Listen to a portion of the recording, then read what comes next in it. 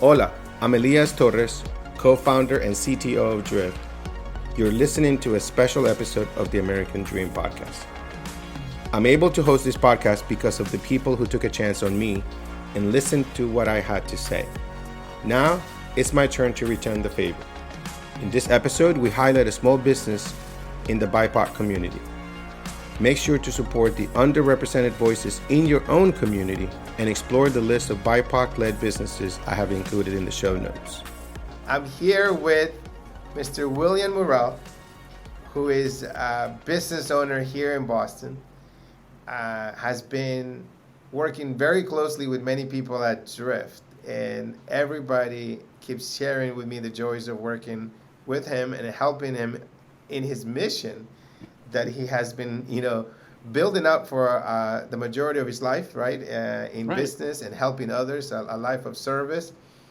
And everybody talks about you all the time, and so this is a pleasure to be able to have you now on the show here and be able to learn more about it myself, and for everybody in the audience, a little bit about your unique journey and where you came from and to what you're doing today. So definitely we want to highlight business owners, entrepreneurs, especially people that want to help the community that needs a lot of support and help. So please introduce yourself. Tell us a little bit about where you were born, where do you come from, and how'd you got into tech.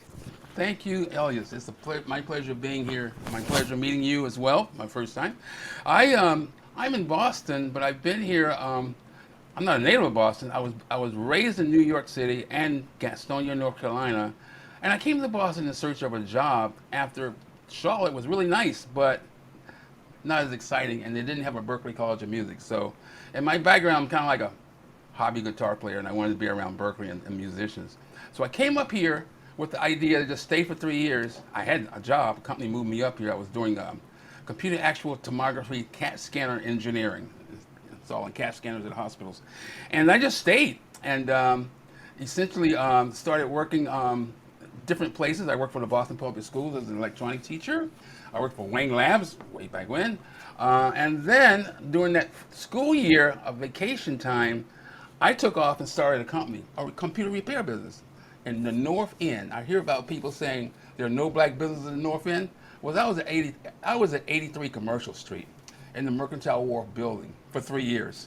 And we grew there and then grew out of there and went to Cambridge. But basically, Boston just had everything I needed. It had the nightlife, it had a day life, it had jobs, it had people. I was young, I was not married at the time, and it just kept me stimulated. And I got here, but it also had technology too. At that time, it was the 128 loop, and now it's like innovation. So it keeps keeping it together. Absolutely. Those were the magical days, a little bit before my time, but like, for example, it was the Wang system, computer systems, were those in Lowell, Massachusetts? Well, was that the Wang Tower? Wang was headquartered in Lowell, and we were in the VS100 group. But to make a long story short, what it did was it was their mainframe. So John Hancock would run 4 floors of staff with it, or a company like Lowe's, it would be their point of sale system. And it was leading at the time, but it's so interesting how things can change so fast. Wang ultimately went out of business, but and that's how it got to public schools. Like they were shutting down. They were like, "Man, you should go contribute your talent to the public schools. We'll help you. We'll even pay your first year." I'm like, "Oh, okay. I've never taught before." They said, "Well, go to school and learn how to teach." So I did that and got my certificate and did a year and teaching 9th to 12th graders. It was fun. And I thought I was going to stick with it, but it was just not possible after I had that first year off of 3 long months with nothing to do and started doing other stuff. Yeah, no, I mean, it's like the 128 loop, our investors, CRV, when David and I started into business, they were based in Waltham, right? Okay. Yep. By the pond of 128. I think they used to call it Mount Money, where all the VCs and the investors would be. It was there. a cluster, yeah. It was the clusters there and all the computers. So there's so much history with the early computers that a lot of people don't realize from Boston. Everybody thinks Silicon Valley, and there's a lot of heritage. And we're excited to build upon those giants like yourself that work in the early days in the computer systems here. It's like Great. I worked at IBM. Did you work at IBM too? I think I saw. I worked at IBM out of Charlotte. Out of Charlotte, I did. Out in field engineering, we would call it CEs, customer engineers. And I told them, transfer me to Boston, transfer me to Boston. They wouldn't. So I had to find my own way up here. But IBM was fun. I liked IBM. It was fun. Well, tell me more. What was a customer engineer? Allstate Insurance, for example, we'll use them as an example. They'd have this big spread office space in like suburbs where they just process whatever they process. So IBM equipment, whether it's like mini computers, telecommunications, that's what ran their stuff. And a field engineer would just get a service call. Hello, system down, printer won't print, or the computer won't boot, or whatever, or a hard drive won't load, or whatever. And we would just go there and make it work. And that was pretty much it. The customer part was the psychology part. They took a lot of hand holding because they figured they spent a lot of money on this stuff and they couldn't figure out why it kept on breaking. But they called it customer engineer. But yeah, it's more or less like a field service technician. Got it. That was my first job in tech was at IBM. Wow. And my job was to support the customer, connect to the internet. Ah, okay. In 1996 or 97. Interesting, you're And so right. like I'm dating myself here, and basically customers would call, and we would use the IBM mainframes to look up the guides and send them faxes with like the tutorials of how to configure Windows 95 at the time. Wow. Yeah. Dial into Prodigy, into this. Oh, yeah. So that was my first job. I was a support person taking the phone calls with a headset. Yep. You know. Oh, yeah. That's amazing. Day and night. I mean, this stuff doesn't work without people like us. You know, it's not gotta have somebody to fix it. You know. and I would say I think it's like, yeah, let's connect that about fixing. I think that having the ability to fix things is such a, not everybody has it, William. I will say, and I think that I remember one of my mentors at IBM. He was an amazing debugger, we called it, right? He was a debugger because he would troubleshoot the problem, right, to figure out where in the chain, in the sequence of events, where did the breakage happen, right? It's like to be able to find that root of the problem is such an amazing thing. You know, that reminds me of how they trained us. And we have these training labs where it wasn't how much we knew in our head, it was how much we followed the decision tree. Is the red light on, yes or no?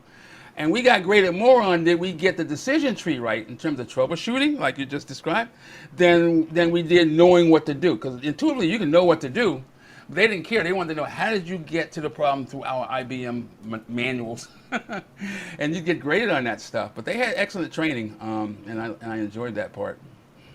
And so all that work, right? You know, doing that, WANC, doing IBM. What did that evolve into? Like you starting your own business in the 80s? You said in the North End. Yeah. I mean, my first company was computer repair. Toys R Us was this big toy store. It had this hot selling unit called the Commodore 64. It had about a 60% failure rate. We went to one of these stores, Toys R Us, one time. They were just stacked up against the wall, and we asked the manager, "What's going on? You gonna send them back?" He said, "No." I said, "Well, we can fix those." And he's like, "Please take them off our hands. And if you can fix them, I'll pay you a flat rate per unit." I mean, at the time they cost $600. We'd get like maybe $40 to fix one. That was how that was our first customer. As it turned out, Commodore, the brand, had business equipment in law firms in downtown. And we're at Mercantile Wharf Building, which is right downtown. And all those guys started converting over to IBM PC. IBM PC and WordPerfect and WordStar and all that became the it. So they started giving us all their business equipment to fix. And that was really, for the first 2 years, we didn't see IBM PCs. We were just fixing Commodore stuff. And then one thing led to another, and we started fixing IBM PCs. And then ultimately started selling them, but IBM was very picky about who could sell them. They didn't let any dealer sell them. You had to be like a multi-million-dollar player to even have the right to resell it at the time. Before they got. So you were fixing and reselling them, or just fixing them? We were fixing them in the beginning, at least for 3 years. repair only, repair only. We started selling when customers started wanting to buy. They were like, "Don't you guys sell these things? You're the repair people." We're like, "No, we just fix them." They said, "Well, I want to buy one from somewhere." We kind of got brought into selling through the customer's desire to just have a one-stop shop. One-stop shop. Yeah, customers don't want to go into too many places, right? That's right. It's like we want to save time, we want to save money, we want the best service. We want Yep. someone that solves our problems, and it seems like you're one of those, right? It's like Yeah. you come in, people come to you, and you solve, you get shit done, you solve the problem. And I think that's where the nerve of being a one-stop multi service center online is. It's like I don't care what the next question is because when you're out there doing field service, you really don't know what the next problem is going to be. You don't know what customer you're walking into. You don't know what their personality is. You don't know anything about it until you get there and figure it out. You know, and sometimes the place is ready to catch on fire, and other times it feels like a country club. Yeah, and it's like, so tell me a little bit more about, you ran your business, you worked at large corporations, mega computer companies, then you started your own business, you found your way through navigating the maze, seeking for opportunities, seeing opportunity where most people did not know what was happening, and rode that wave, and now, always been, self-employed, from those days on, and now you're running this great organization, right? That is here to support the community, while still, raising funds. And tell me about it. Tell me about the mission Well, that you thank have you. for BlackBoston.com. Being an African American, I was looking, 10 years ago, I was looking on the internet for something to do in Boston. Labor Day weekend, have a family, 2 kids. What are we going to do? And I wanted to be African American oriented. Couldn't find a thing at Faneuil Hall because I was familiar with that area because of Mercantile War. Couldn't find a thing in the brochures about what to do that was black oriented, and really couldn't find it anywhere else. So I said, well, there must be something going on. So let me create a website that has a list of these things. So if you want to know where to go and you're a black African American and you just want to know what to do African American culture wise, refer to this website called aboutblackboston.com. So that was the name of the first website, aboutblackboston.com. So make a long story short, that one site generated so much interest from people. I remember the first significant call was from the Harvard Law School Alumni Organization asking me what nightclub to rent for their party with the Yale, with the Harvard, they were playing a football game. And it was the black law students against the black law students in Yale. And they was going to have a big party. And they wanted to know, well, where should we go? And I would get questions like that through this one-page website.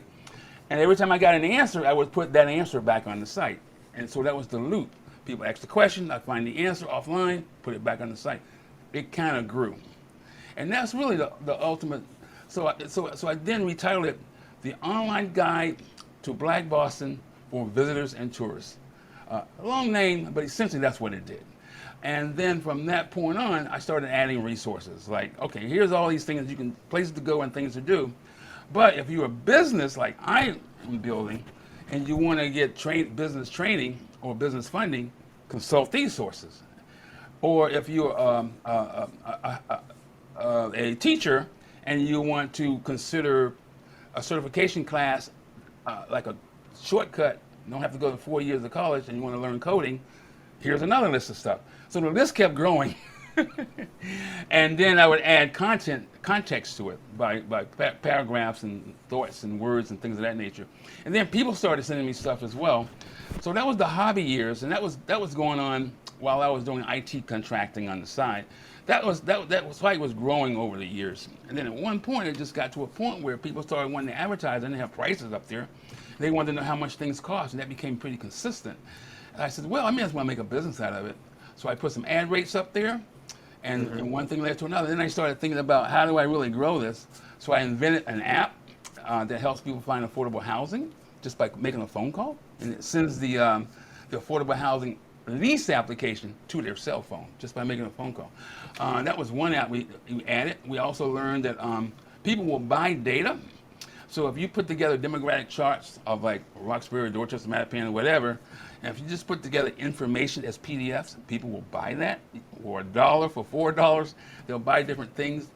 Then came the business list, because I was at the time a certified minority-owned business in the state of Massachusetts during my first business days. And I'm like, wow, I should put that list out here because people have no idea who these companies are. And sure enough, that became a hit as well in terms of like reasons people come to the site. So I always tell people, people come to the site with intent. They start in Google and they type in something like daycare center in Mattapan. And Google is friendly to us, and with luck, Google will bring that query to us. And this is where Drift will say hello, and then we just get deeper and deeper about what that person wants from that initial request. And so many people, I'd say the majority, vast majority, white, black, BIPOC, you name it, they're coming to find out where to buy things from other black businesses. That's what they want to do. That's probably the number one reason they visit. That's the number one reason they visit Google, that Google sends them here. Now, I want Google to send me some other stuff, and I'm working on that. That's just SEO. But it's Google brings us 90% of our traffic just by us sitting here, and it's pretty nice to have it that way. That's amazing. I think that you're such a natural entrepreneur, right? That understand the foundation of loops, right? To be able to engage and grow the audience that most people like kind of leave that, do not notice, right? The importance of that in order to create growth, to increase traffic, to increase monetization potential, right? On that. Exactly. But I think you're a storyteller, and I think you understand, you see the pain and the needs, and you're addressing those, right? By picking things that people have interest in. Affordable housing. Those are all things affecting our communities, right? Yeah. And ultimately, how do we support one another by buying from our businesses and to be able to help those businesses grow? That's right. Right, and reach major scale. Because one of the biggest issues I see is probably the same, right, for African American, but Latin American businesses in Massachusetts, at best, break $100,000. Okay. A year. Right, so the revenue, the income ceiling that they end up hitting, right, it's very low. Even though it's kind of considered that Latin Americans tend to support each other's communities and businesses, right? I mean, is that absolutely. That's a cultural thing, yeah? It's a cultural thing, right? And so, and because of the service that we get, the familiarity, the products, the inventory that they will manage, all right. It's in the relationships and just support ourselves, right? It's something that communities are naturally drawn to do. Yeah. Right? And but the limits that we have on the types of businesses we grow, we can break them by helping and supporting each other. That's right. That's because so true. A white-owned business, the average business in Massachusetts is about 800 to 900,000 in revenue a year. Ah, okay. I don't know if you that's know a lot, that, right? Yeah, It's I didn't know a that. big gap. Yeah, it's a big gap, and so that's why it's like what you're doing is very important. That's right? a big gap. Mm-hmm. Because we have to help the businesses survive, but then most importantly, we have to help them grow. Right? Exactly.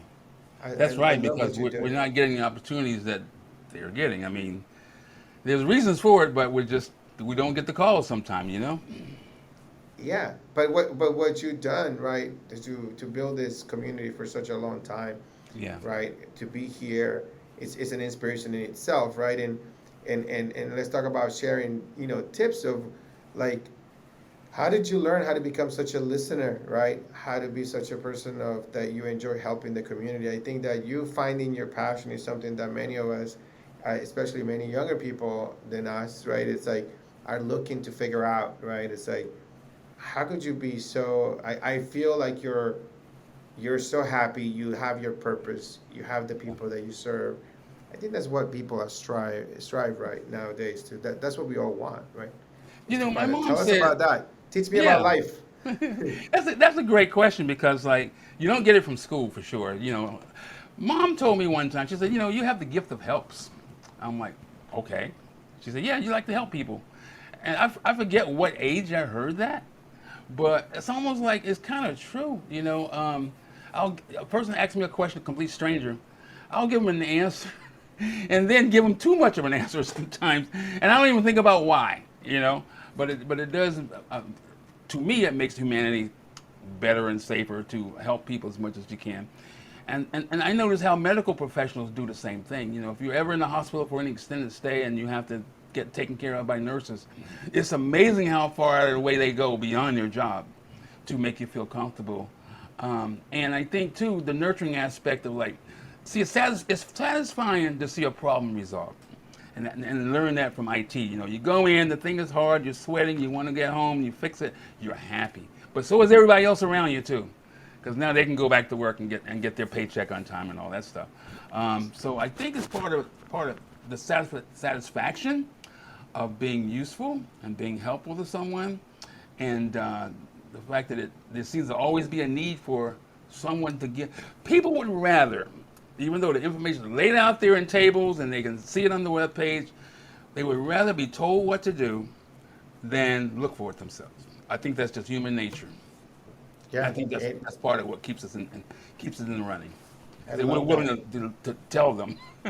Yeah, no, I love that, and I think that your mother must have been amazing, right? And that word, right? That those words that she gave you, whether you had it in you or whether it was implanted by her, it's a combination, but it's such God bless much you. wisdom, right? She knew you, right? She knew you Yes. deeply and said, "You have the gift of helps."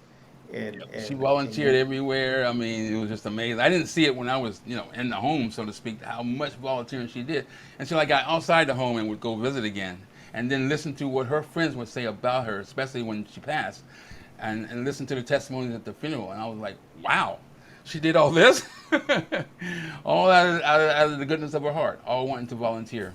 and that's what we're saying about you, right? That you have that Yeah. that gift of helps, and you've been helping the community because it's like you are a connector.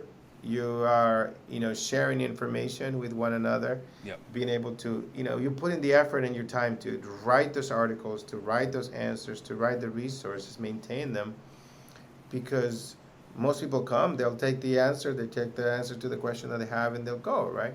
That's right. But someone has to curate it, right? Someone has to keep it up to date, so It's the the community can groundwork. grow That's so true. stronger.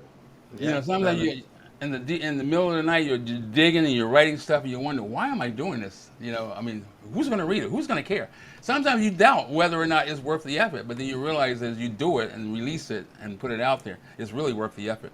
But sometimes it feels like, oh my gosh, this is like tedious. I think But, that you're addicted to the same thing that society is addicted. I feel like everybody's addicted now to a like on Instagram, on social network. Oh, somebody how many likes did you get to this video?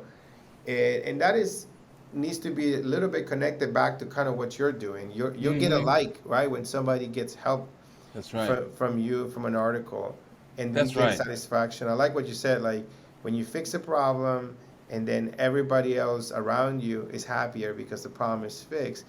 That satisfaction that you get is what has made your life worthwhile, that you get a lot of satisfaction and pride from that. Yep. That's right. That's That's true. excellent. Look, I appreciate that. This has been get to finally meet you, not in person but online, get to talk with you, learn the story of Mr. William Morrell, uh, owner of BlackBoston.com. You got This it. is not to meant to, this is not meant to be a Drift advertisement, but we support you. You use Drift to engage and connect with your Yes. visitors and help them in any way you can. And what an inspiration to me and to others, that sometimes when we're looking for a sense of purpose or direction, you just laying it out right there. It's very simple. Just help Thank you. others around you, right? And Thank you. and you will feel great. And I think that we appreciate it. We appreciate what you're doing for the community. I want to find other maybe Latin-owned businesses that are doing the same, right? Okay. Yeah. So people of all races, of all ethnicity, of all backgrounds that are looking to find communities, right, and find different types of businesses, services, and products, right? They can find them because people want to help, right? And I Yes. think that you're enabling people to help as well as you're helping them others. So thank you very much for coming on the show. It's Thank been a you. pleasure to hear the story, and my team loves you and they want to help you, and so in any ways that Drift can help the Wow. community and you, we're glad to be of service as well. Thank you so much, Elias. That is so appreciated. Thank you. Thanks for listening to the American Dream Podcast. Make sure to hit subscribe so you never miss when a new episode drops. If you like this episode, please leave a 6-star review wherever you listen to your podcast. And if you're interested in learning more about my American Dream mission, subscribe to my newsletter, linked in the show notes.